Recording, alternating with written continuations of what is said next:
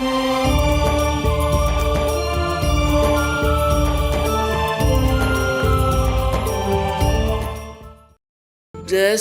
किरका जहर का रंग होरी हो, कहो कौन तिस खावे राम रंग होरी हो। अगर तो होरी माने खुशी, जैसे होली बनाते हैं अपने हिंदू धर्म में, तो होली का मतलब बड़ी खुशी के साथ नाचते हैं गाते हैं। कहते हैं यह तो है नकली होली, असल खुशी तो उनको होगी जो परम पिता परमात्मा कबीर जी की शरण में आकर विधिवत भक्ति करेंगे, सारे सुख रहेंगे, कदे आनी ना हुए। कहते समर्थ का शरणाग हो रंग होरी हो, कदे न हो ए काज राम रंग होरी हो। अब क्या बताते हैं कि जैसे किरका जहर का रंग होरी हो, कहो कौन तिस खावे राम रंग होरी हो।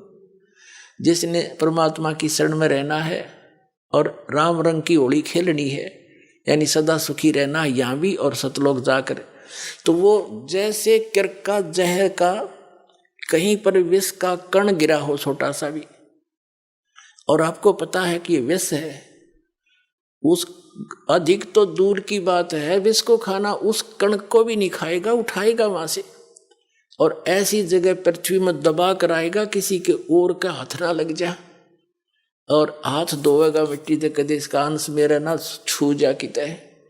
तो कहते हैं जब आप पूरे अध्यात्म मार्ग से और सभी कर्मों से परिचित हो जाओगे, फिर आपको रिश्वत लेना, चोरी जारी ठगी डाके डालना और दहेज लेना और देना दोनों जहर दिखाई देगा। फिर कहते हैं जैसे किरका जहर का, अभी आपको उदाहरण दिया, उसने कैसा जुल्म किया, अपना भाई मार दिया, किस लालच में, अगर यह सारी जमीन मेरा रह जाएगी, वह जमीन रही नहीं, संतान कुल नाश हो गया और पाप धरे रह गए न्यो के न्यो।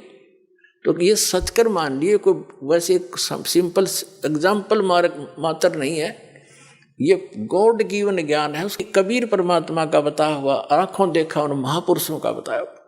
ये कोई डूम बाट के गीत ना समझना, बहुत युगों से आप दुख पा रहे हो और इसी काल के झंझट में उलझ पुलझ कर यही मर जाते हो। तो क्या बताते हैं, जैसे किरका जहर का, एक भी किसी का पाई भी लेना, बिल्कुल आपको विष दिखाई देगा। फिर कौन खाओगा उस विष को, कि तुमने उस दरगाह का मैल नहीं देखा और धर्मराज के तिल तिल का देखा, हर पाई पाई का हिसाब होगा वहां पर।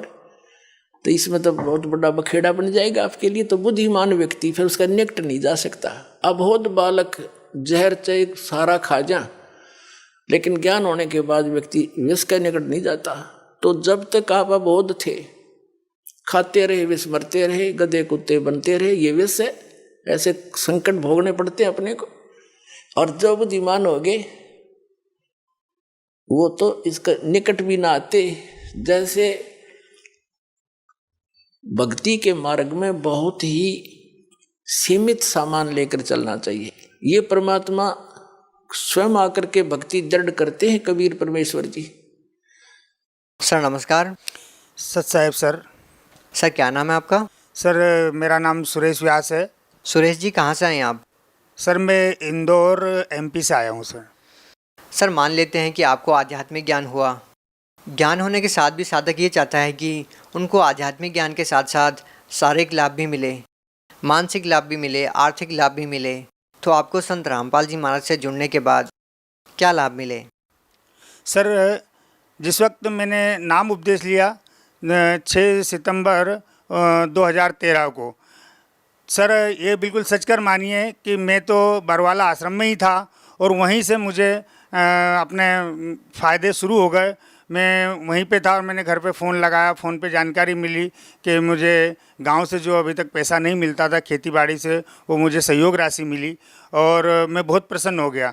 और उसके बाद मैं घर पे आया भगत जी सर। उसके बाद में कम से कम जिस जगह में जिस फैक्ट्री में सर्विस करता था वहाँ पिछले 6 वर्ष से मेरा प्रमोशन नहीं हुआ था और संत हमारे गुरुदेव रामपाल जी महाराज जी से नाम उपदेश लेने के बाद में 3 महीने के अंदर उसी व्यक्ति ने मेरा प्रमोशन फॉर्म भरा जो मेरे 6 साल से प्रमोशन नहीं कर रहा था।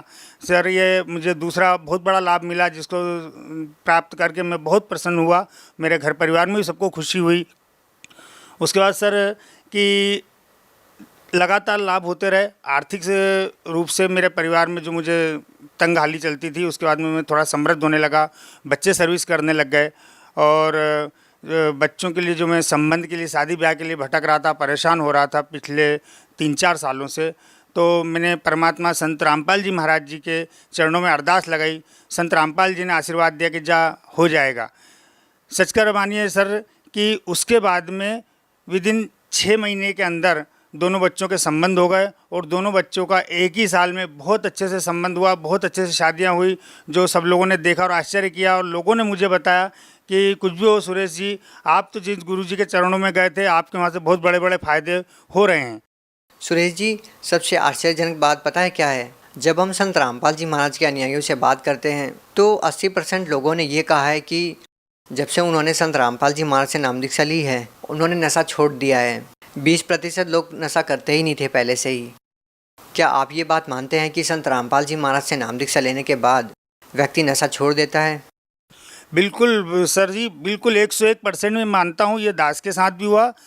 मैं पहले नशा करता था, तम्बाकू खाता था, कभी कभी सिगरेट भी पिया करता था। पिछले 30 साल तक मैं लगातार मैंने तम्बाकू खाई। लेकिन जिस वक्त मैं बरवाला जा रहा था नाम उपदेश लेने के लिए, रास्ते में मैंने हमारे उज्जैन के आगे नागदा जंक्शन आता, वहाँ पे तम्बाकू खाई एक बार और गुटखा की पुड़िया फेंक दी। उसके बाद सर जिस दिन से मैंने नाम उपदेश लिया आज तक मुझे 4-5 साल करीब हो गए हैं, मुझे ऐसा एहसास भी नहीं होता कि मैं कभी तम्बाकू खाता था। और हमारे संगत के अंदर आज सदगुरु रामपाल जी महाराज जी के जितने शिष्य हैं, लगभग 1 करोड़ शिष्य हैं सर, वो एक भी व्यक्ति किसी भी प्रकार का नशा नहीं करता। 80% व्यक्ति उसमें नशा करते थे, जिन लोगों ने नशा छोड़ दिया और उनको आश्चर्य होता है कि हम नशा करते कहते थे, छूट कैसे गया, और उन्हें याद भी नहीं रहता कि हम कभी नशा करते थे।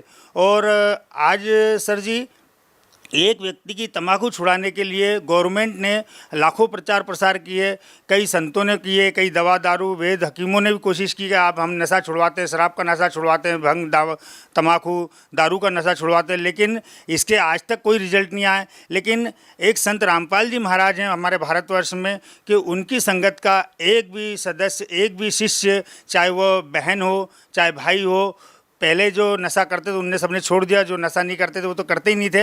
आज 1 करोड़ सदस्यों को नशा छुड़वाने वाले भारतवर्ष में एकमात्र संत रामपाल जी महाराज जी हैं। बहुत बहुत धन्यवाद। जी सर, धन्यवाद सर साहेब जी।